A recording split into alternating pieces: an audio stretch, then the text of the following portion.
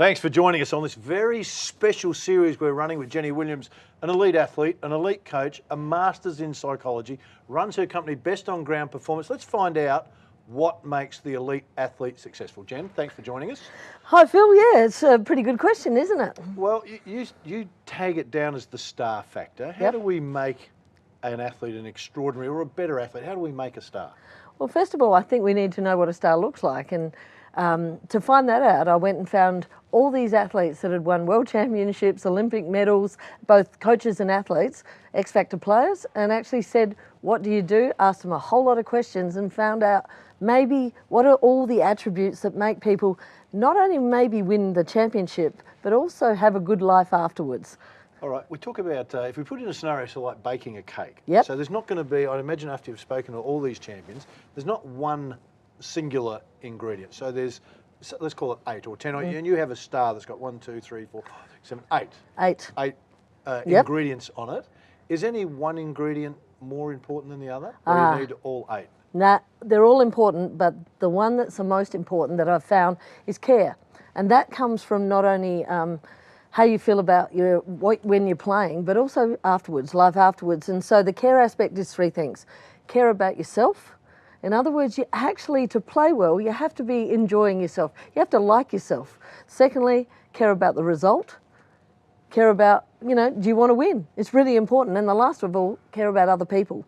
Now that sounds a little bit counterintuitive, especially for individual athletes. But in fact, when you look at it, to be healthy, happy, and even golfers need mates. They need people to go out and practice with. They need people, you're not going to win all the time. And sometimes when you don't win, you need someone there to be the life jacket for you, to help you get back up again. So those 3 aspects and the care in the middle is by far the best. Have you found that? Unquestionably so. Unquestionably. You're going to have success, you have to, and your teammates have to know that you care about them as well. It can't be saying, I care about them, but I don't actually care, because they know. So in the end, we'll agree that, and I agree with you entirely, that care is the number one thing, not just in sport, but in life. So I think that's the key. What's the second ingredient? Well, there's a whole lot of others, but just before we go on, I'll say the reason why care counts so much is you've won a zillion trophies, Phil. I know that. I've seen your trophy cabinet.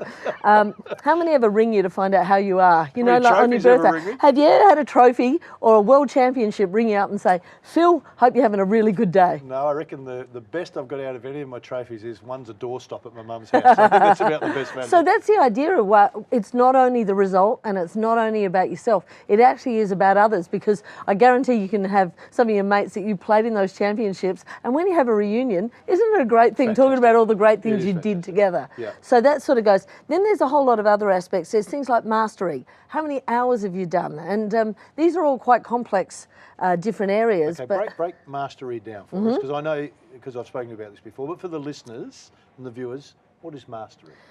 Well, this isn't my research. This is looking at anyone who makes it to be fantastic. How many hours do you have to put in? And of course there's exceptions, but in general, 10,000 hours to make a champion, except if you're a golfer, 17,490 hours. So again, that's because people can last longer in golf, because you can still play at 50 and be excellent. While in many other sports, around the 6,000 hour, it starts to get really difficult. You get drafted, and then people start to tell you you're not fast enough, you're not good enough, I don't think you're going to make it. So again, that makes a big difference, because if you don't get to those number of hours, you probably never will be great.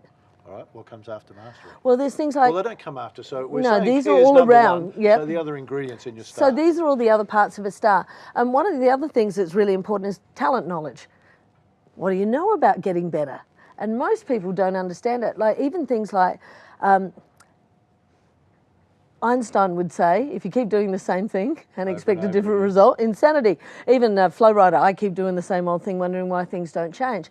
And I'll have players come and sit to me and say, Jen, I'm drafted. And they sit on my seat and I'll go, fantastic. And then they go, I'm training every day. And I go, but is everyone else in your team training every day? Oh yeah. Are we all doing the same thing? Oh yeah. So how are you going to break into the team ahead of other people who have more hours than you and more experience? So again, you have to look at what am I doing? What am I doing differently? What am I doing better? And this is teaching people to, instead of being emotional about what they do, to actually critically evaluate, as in thinking about it and then going, I've got a plan to get better. And that's really important. Okay, we're 3 ingredients into our star. We need to go to a break. Stay with us, still plenty to come.